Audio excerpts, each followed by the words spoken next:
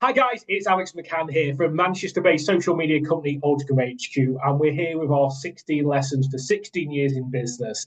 And today we're talking about why reviews matter, and perhaps why reviews matter more than anything that you say. And we've got James Newell here from Clear Sales Message. Hi, James. Hi, good to see you. Thanks for having me. Good to see you and good to meet you actually properly as opposed to being on LinkedIn for once. Yeah, So finally. between the two of us, this is absolutely crazy. I was thinking about this. We've got over 1,000 reviews, and you've got some really good information for anyone who's watching this because you don't get to 1,000 reviews without being consistently great. So we're going to hopefully have some real good bombs here. We're going to have some real good value here. But I just want to, for the viewers, I want to go through some of the stats that I've been sort of compiling before doing this about how important reviews are. So 92% of consumers now read online reviews when looking for a particular service or a product. 51% of customers will select a local business if it has positive reviews. 80% of customers trust reviews as much as personal recommendations from people they know. Having at least 5 good quality reviews on your website will increase their likelihood of a sale by 270%. And 48% of consumers will visit a company's website after reading positive reviews. So if that doesn't make you want to watch the rest of this video, I Yeah. don't know what's going to do that. What's not to like? What's not to like? Exactly. So, James, first of all, for people that don't know you, do you want to explain what you do at Clear Sales Message if that isn't clear enough? Yeah, 100%. Well, I'm not a professional review collector, I promise you. So, yeah, at Clear Sales Message, I help B2B founders with hard to explain offerings to articulate their value proposition. So, explain what they do. So, most people have heard of brand guidelines, these logos, these fonts, these colors. I create messaging guidelines. So, I have a simple set of words, terms, assets, and arguments. So, everybody in the business talks about the business in the same way, but not using scripts. We use some clever ways to do it, but it's about saying the right things that resonate with buyers so they actually understand it, because that's the first step to them actually buying it from you. Definitely, it definitely does need to be clear. Even though I've been in social media for 16 years, I still get Mm. random people down the street saying, "You know a bit about computers, don't you?" It's really bizarre. I don't think I'll ever get away from that. I think my message is pretty clear, but I still need to improve some of those things. So, as I said, between the two of us, we've got over 1,000 reviews. We've had this friendly competition for at least one or Which you're two. winning. So we're sort of rivaling on the reviews. That you've got 553, I think you said just before this. At the moment, I've yeah. got 680-ish, and now both of us. That's both amazing, but that's 10 times, 20 times more at least At than the least. average person on LinkedIn. So I need to go back to the beginning before we knew each other and were competing with each other. But when did you realise that reviews were important? The very, very first day I got into business. So for me, if you imagine the basis of my work is, and I'm an extremely critical person. So I was thinking, hang on a minute, I'm giving people magical new words so they're going to feel more confident and sell more stuff. It reeks of the emperor's new clothes. And in a world of kind of consultancy and coaching where there's lots of intangible offerings, that one of the best ways I can set myself aside is to have just an unbelievable amount of proof. I don't know where the number 500 came from, but that was my target. So from day one, I set a target of having 500 LinkedIn recommendations. It took me nearly 8 years to get there, I hasten to add. But it served me very well. Served me very well. Oh, that's amazing. And again, like myself, I was like from day one as well, day dot. Well, the day dot when I went to It was, networking. yeah, So it was, I went to a networking meeting and there was a sales trainer. This wasn't at the start of 16 years. This was like maybe 14 years ago. And there was a sales trainer, and he basically said what I said, like reviews matter more than what you say about your business. And it mm, was the very first networking meeting I went to, and I just ran with that. I listened to it and was like, that's true. And I like made it my mission then to start like deliberately asking customers every time they'd worked with me, can you leave a review? Because I think it's not natural human nature to do it normally. I no. think like unless you have a really bad experience of like a restaurant or a hotel, the average person doesn't go and say, I'm going to leave this really amazing review of someone. So I think you've got to ask for it. So that was my experience. And when do you find the right time to ask for it, though, when you're dealing with people? I know when I do and how I do, but how do you do it? So I've got two services. I've got the training and I've got the management side of things. So they both have different points, and I call it what I call the point of happiness. So Okay. the point of happiness for a The point of social happiness. media training session is right at the end of a training session where they're buzzing, they know what they've got to do, they know the action points, they're very clear at what they need to do. That's my point of happiness for the training. For the management, it's usually 3 months in because we sign business up for three Okay. month contracts. And obviously, when it gets to the end of the 3 months, like most of them, I think 95% of them extend that initial 3 month period. So they're Mm. obviously happy enough to extend. So that's exactly the point I had for a review in that period. And our longest client has been with us for 13 years now, and that was initially a 3 month contract. So I Nice. think it took Wow. about 2 years to leave a review, but you did it eventually. Hang on a minute. Have they left a review every 3 months? Is that how you're doing this? I wish they did. I'd have so many reviews if they did that. So yeah, I mean, you, as he said, work with businesses on their sales message to get it clear. Mm. Which point do you mention to clients about the importance of reviews in the sales process? Well, it's become a bit of a kind of calling card that I'm known for. So when I sell to people, I tell them I've got lots of reviews and they can check me out. So then once I actually do deal with them, it's kind of expected. I'm like, I want to add you to that list. So then when they do work with me, I do it. But I found a little trick, and this worked from the very, very beginning. And it wasn't contrived. It was genuinely how I was going about it. But I realized it worked. If you just ask somebody to leave you a review, they may or may not do it. And that's it. And I'm not into like, oh, bottle of champagne, I'll bribe you. I'm not interested in that. It's like you're either going to do it because you're happy or you're not, and that's it. But because I had a target, I thought I'll break my target down. So if I say, look, Alex, I'm on 11 now, I'm trying to get to 20. So if you don't mind, I'd really appreciate if you can help me. You know I'm watching that number. So you know there's kind of accountability there. Mm. And that made the difference. So obviously doing good work is like the base stand. Of course, you've got to do a good job and be nice to them, keep them happy. But sharing that goal, and it has to be fairly realistic. So I can't be on 500 now. So I'm trying to get to 10 million. It's not going to work. But if I'm on 553 now, I'm trying to get to 575. That helps people to respond better because they feel like they're reciprocating the good work that you're supposed to have done for them. That works for Yeah, me. we do that for one of our clients. We've got a restaurant client, so we're always aiming for that next one. So obviously it's TripAdvisor Yeah. for those in there. I think there's one that is about 13 off the magic 600 mark. So we sort of every Thursday we're posting out like the latest review. But Yeah. please help us get to the next figure. And it is right; they do respond like quicker as a result, rather than just going, please leave us a review. Well, because it's some kind of accountability. But that's a really good point because I've honed in on just LinkedIn because LinkedIn are where all my clients live. What's your advice to people where there's like more than what's like a restaurant? It could be TripAdvisor, it could be Facebook, it could be Google My Business or whatever. What's your advice for those kind of people? I do it cyclical. So it's kind of Okay. when we're working with a client or when I'm working myself, and I've got reviews on Facebook and Google as well. All right. No Sort need of to show like off. which is the one that's most out of date.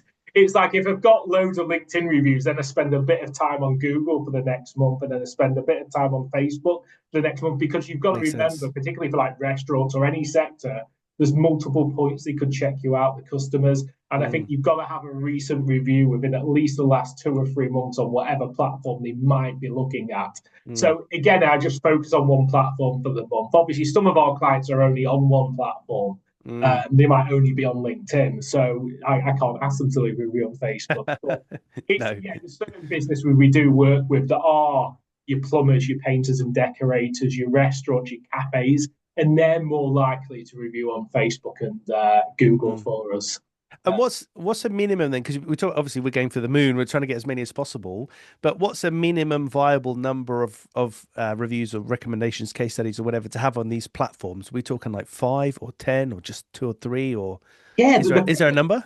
the thing quoted on LinkedIn has been Excuse me. 6, which seems ridiculously low. But I guess it depends It is on. for us. It is ridiculously, yeah. It depends what sector you're in, I guess. And I always say when Mm, we're working with businesses, I'm always like, what's your nearest competition you've got? Because if yes. LinkedIn are saying it's 6, but your nearest competition has got 56, there's no point in just having 6. You've got to set Yeah. them as a next target to beat. Obviously, there are sectors like counsellors who it's a lot harder to get testimonials from. Yeah, you've just got you over, I don't know, grief or sleep deprivation or smoking or alcoholism. Yeah, Yeah. please leave us a testimonial. So I we put your can't full really, name on it. Yeah. yeah. So it's a certain sector. So I think it's relation to your competition, but I'd also see the recency of testimonials is important as well. Like what I said before about having something in the last 3 months, because we can name these Mm, big figures we've got, but we tick the quality number, the quantity number, and the recency number of it. Mm, So I think having a recent review is just as important as having a large number of reviews. yeah, agree. So Definitely. so I've got my little trick of kind of like using the next. It sounds like you do the same thing. What other kind of do's and don'ts have you got for getting reviews? What are your secrets? Because you're beating me still, so I need to catch up. Come on. So to get that quality review, and I was mentioning to a client this morning, it's about giving them a structure to be able to let them leave a quality review. So Mm, my structure is very simple. When you send a testimonial request on LinkedIn, it just says, "Hi, first name, could you please leave me a testimonial or a mm, recommendation?" And that, for most people, you're going to get a one-line answer from that or a two-line answer. So James is great or Alex is great. And mm, you don't really just want that on your profile. James is a nice guy, Alex is a nice guy. So I give a structure. So it's usually, could you please leave 6 to 10 lines on? And then I have like 4 to 5 bullet points. So for me, it's your social media skill set before the training, your social media skill set after the training, how you felt about our presentation style, what's your biggest takeaway from the session, and why would you recommend it to others? And that mm, enables them to leave a really meaty review on what you're mm. doing. And I think, yeah, before I started that process, you were getting people who were really happy that told other people about me and referred me to other people, but were just leaving that. Alex was really great and he did some great social media training. I'm like, be specific. Yeah, I think I've fallen foul of that, to be honest with you. I might be stealing that plan. Thanks for that. No, it definitely works. I said we gave that example to a client today that was looking Mm, to get more reviews and testimonials on LinkedIn. So, in terms of like coming across people, we've got lots of reviews, but coming across people who've got no reviews who say they don't trust reviews because there are still people who go, I don't believe Google reviews, I don't believe mm. testimonials, it's just all made up. What would you say to those people? Well, it can't be. So things like, and it's one of my selling points. On LinkedIn, it's like by definition, it has to be done by that account. So I usually joke with people and say, like, I haven't got that much bribe money. And certainly not now. I've run out. So it can't be faked. It can't be triggered. If it's just text on your website, yeah, my mum could, yeah, James is brilliant. You should work with James. Great. But if it's on a Google review or a LinkedIn, if there's any kind of mechanism where there's identification in the process, that's what works for me. And for me, it's very simple. It's just LinkedIn. That's what I focus on, and it's kind of built in. You can't fake it. I can't have 500 LinkedIn accounts to then write myself out. Imagine how long that would take me 8 years to do that. I might as well just do it properly. Yeah, it's. I think I remember hearing some stat again on LinkedIn years ago that LinkedIn testimonials are the second most trusted form of testimonial, with only video testimonials being more socially Yeah, acceptable, more social proof. But you can't get most people to get them on video. Most people are scared of cameras, so yeah. it's really hard to get them on there. And then they'll fluff the words and won't be able to say what they want to say. I'm trying. I've got 30 at the moment. I'm trying to get to 50. There you go. I've got another goal. But yeah, I've got 30 at the moment. That's my next goal, is try and get to 50, 100 videos. Because yeah, absolutely videos. Because again, you can't with AI. Maybe you can, but you can't fake video, and you can get a lot more of the sense of somebody's personality and their energy. So if somebody's saying, "Oh yes, I worked with Alex and it was great, and this is what he told me to say," you can kind of feel that. Versus somebody saying, "Yeah, do you know what? Alex is a top bloke. We work with him. Blah blah blah. This is what happened." You can feel their energy, and I don't think you can kind of be false in that way. So yeah, it works well, but it's hard. I need to do Hard. that because you're beating me. I've got zero video testimonials, and again, I need to definitely do more of that.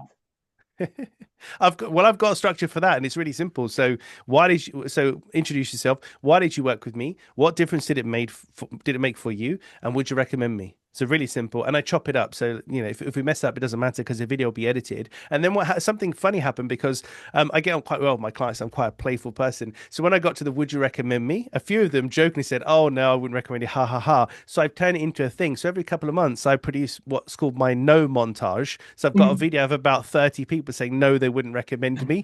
So it's becomes a really interesting thing to share on social media. It just gets attention. It's quite funny. I think it's funny anyway. No, that is good. And obviously, video, as we know, less on LinkedIn because video doesn't tend to get the reach of a piece of No. content. But when you're looking at TikTok or Instagram or Facebook, video just outperforms anything else on there. So Mm. yeah, it's good. And yeah, I'm definitely going to do more of that. Well, I'm happy I'm beating you. This is good news. But fantastic. So, sort of wrapping up, obviously, I think we've talked about lots. We've talked about social media management clients. We've talked about people saying no to reviews. We've talked about where else you could potentially get them to review on and what the process for that is. I guess that wrapping up, I've got a question for you. What's your big reviewing do, and what's Mm. your big reviewing don't? I've kind of got okay. My big thing do is the one that I've already said. Really, it's like share the number, but make it realistic. If you're on 5, then it's 10 or 15. It's not 5 million, right? So share a goal and ask them. So I'm always very polite and say, if you don't mind, Alex, this is what I'm trying to do. I'd really appreciate it, but don't feel obliged to do it, but it would help me. There we go. And my don't is, and you've probably had this as well. I've had people say, oh, I don't know, you tell me what to say, and I'll just cut and paste it, copy and paste it. And I absolutely do not do that. Do not do that for obvious reasons. But I found that the people that ask me to do that, when they do actually leave a review, it's some of the most heartfelt, genuine, most fantastic reviews I've ever had. Yeah, it's an interesting. But yeah, I would never, it's quite common. People say, oh, I don't know, I haven't got time. You tell me what to write and I'll cut and paste it. Do not do that. Do not do that. It'll be Yeah. obvious. That's good. Those are good ones. I mean, my big routine do's and don'ts. Do is ask for it. Like you'd be Yeah, surprised yeah. how many, it's a mad one, but you'd be Ta-da. surprised at how many people sit there with me Mm, and they go, "I've never asked a customer for a review," and they've been in business for years. mm, And my big don't is probably not dissimilar to yours, but on a slightly different take. So you sort of said that you have customers that sort of ask you to write the review, they'll just sign it off and copy and paste it. I think mm. what we're seeing now, and I've seen it on a lot of more B2C businesses, people using AI to write reviews. And it's insane. I like if you must have the common sense to be able to put 5 sentences together. But I am seeing Yeah. literally, and it's very clear from a second glance. And I think sometimes if people have used AI for reviews, it perhaps harms the business more than it actually helps the Yeah. business because Because then it they looks assume every false. review's fake. So Yeah, exactly. Yeah, yeah. It casts aspersions, doesn't it? It's a bit like AI comments when people say, people just summarize what you've said and ask you a question and got M dashes galore. It's obvious. So yeah, I'd rather have a one line James is great than a paragraph of just AI slop because yeah, it's obvious. It is obvious. yeah, it's definitely, and I guess that's the thing about reviews. Touching on what we just said about AI, it's kind of like reviews show people's real human experiences of using your services and using Yeah, your product. And I the think whole point. in that world we need to be more human, which I Mm. guess is why you said you're doing videos, and then AI could be used to create videos these days, but it's usually the giveaways and it's fairly clear. Yeah, Uh, yeah. I've got one more do actually. I've got one more do. So obviously do ask, and for me, do's like share a goal because it will help you. But then do actually talk about them and promote them. So I chop mine up into assets which I share. I've got before and afters for messaging and things in my decks and everything else. So they're not just sat there static on my LinkedIn profile waiting to be found. I'm using them all of the time, particularly if they're relevant. So I closed the deal last year where talking to this lady and said, oh, actually, here's a video of a client. They had exactly the same problem you've got. Watch this. You can learn about their experience. And by all means, it's LinkedIn. You can DM them. You can just contact them, but it's the relevance of it. But promoting them is my do. Like actually use them. They're not just going to sell themselves. You've got to use them. yeah, because of, particularly on LinkedIn, the really frustrating thing Yeah. is featured right at the bottom of your profile, which is Yeah. really annoying because if you go onto Facebook or Google, it's like it's shouting them right at the top of the profiles, like Yeah. you've got X amount of 5-star reviews. LinkedIn, right at the bottom. So you have got to you've got to share them on posts. You've got to. I've started including not all the time, but I've started including them in part of my blog. So I blog a lot, and I've started including like screen grabs them. So people are reading the blog, and Mm. as well as having photos on there, you get a testimonial slap bang in the middle. So people are reading about something, as you said, a relevant testimonial from someone Mm. that's relevant to that specific blog appears right in the middle. It's like double whammy. They're getting Yeah. some information, they're getting some reviews on there. So yeah, I definitely agree with that. Definitely promote your reviews. And Get them out there as much as possible. I'd like a widget. I don't think this is ever going to happen because LinkedIn seems to be about 15 years behind technology. But I'd like a widget you could put on your website, like a live widget where it's like, this is how many recommendations I've got. It's just something live, like a trust pilot counter, that kind of thing. But such a thing doesn't exist. Yeah, and unfortunately. you're right, LinkedIn is way behind the time, so Mm. we'll start doing it in 20 years' time. Yeah, that's it. I might be on 1,000 by then. Who knows? Yeah, and that's good. So, for those that have just watched this video, where can people find you? How's the best place to find you? Like social, the best way to connect? Well, the best way, surprise, surprise, is LinkedIn. So if you go to LinkedIn, James Newell, my company's Clear Sales Message, you'll find me there.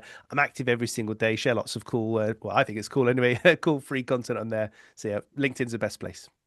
And yeah, definitely go and connect with James.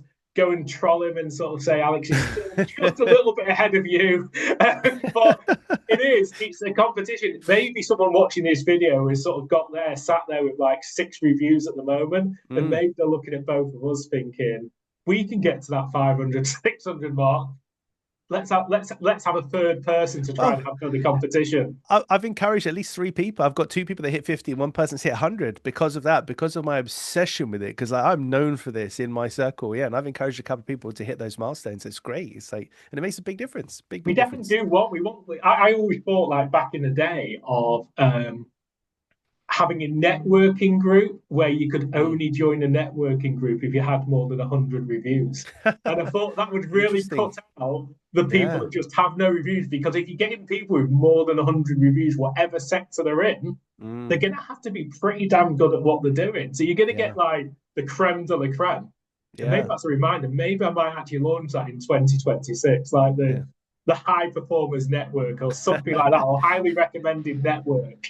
How many of those businesses are out there? That's the thing. I It would think. be interesting to know because we said like Excuse me. before we started recording this Mm. that we've tried to find people with lots of reviews, and actually, even though we've acknowledged there's a couple of people out there, there isn't that many that have got more No. than the 100 mark. I'd say more than the 200 mark, definitely. No. And when we get into our levels, like I'm not finding any really at all, and it's just like that is insane when you think about it. When this knowledge is out there, we said we Yeah. did it from day one. You've Yeah. been doing it for, I think you said 8 years, and I've been Yeah. doing it eight for years. like 13 years. And like, why isn't anyone else catching on to the fact that this is important? To be honest, I'm okay with that for now because it gives me a commercial edge, so that's fine, Yeah.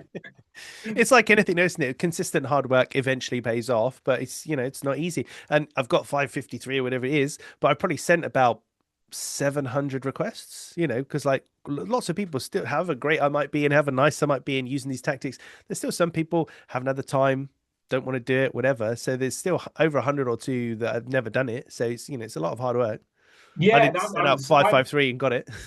I'm the same as you. Like when we do group social media training and it's like 20 people in the room, Mm, usually the person who's booked you for that group session will always leave the review, but actually not all of the 20 that have yeah, attended will leave the review. And I'm like, if everyone had done that, double, triple, and it's like, yeah, it's insane. So yeah, thanks for your time again, James. For just as pleasure. a recap, go and follow James Newell on LinkedIn predominantly, but you're also on, as you said, Instagram and some of the other channels. I'm everywhere. All 7 channels I'm on every day. And obviously, for those that have come in from James's network and have met us for the first time, I'm pretty much at Altrincham HQ across everything, or mainly on LinkedIn as Alex McCann. So thanks again for your time, James. Thanks for having me, Alex. Appreciate it.